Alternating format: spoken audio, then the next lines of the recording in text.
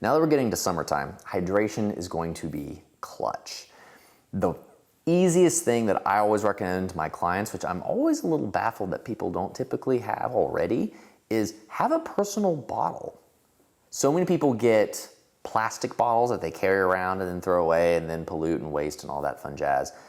But 9 times out of 10, I'll tell them just get a refillable bottle of water, and it is baffling that this revelation that they have of how often they fill up the bottle when they would have just ordinarily gone without liquids, period.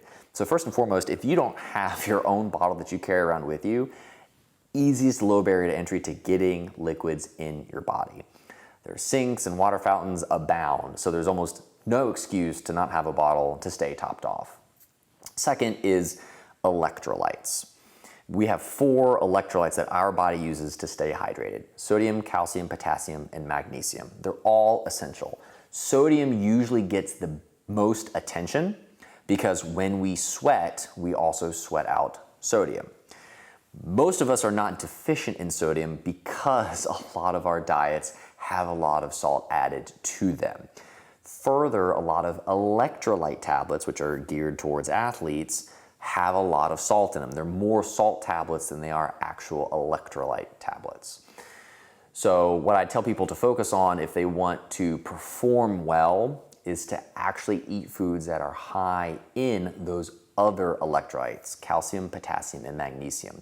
Typically, these are your dark, leafy green vegetables. So before a day of athletics, make sure you're having a nice big salad. Those electrolytes actually cause the tissues to retain fluid. Sodium, in particular, causes fluid to remain in the blood vessels. This is why when people have hypertension or have high blood pressure, are told to eliminate salt from their diet, because sodium is notorious for keeping the fluids within the blood vessels themselves. So the more salt that's there, the more fluid that's there, the more that fluid is pushing on the walls, and the more that's increasing your blood pressure. However, when you are performing, we need those fluids in the tissues to make sure that our tissues are staying nice and moist. When they dry out, then they start to become brittle, and then you start to get tears. No one wants beef jerky for muscles, so we need to make sure that the fluid is staying in the tissues where it belongs by having adequate amounts of potassium, calcium, and magnesium.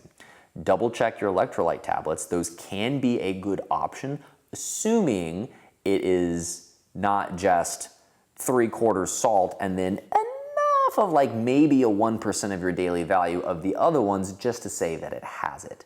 So double check those labels. Don't be made a fool, and better yet, just eat your greens. Best way that you can stay hydrated.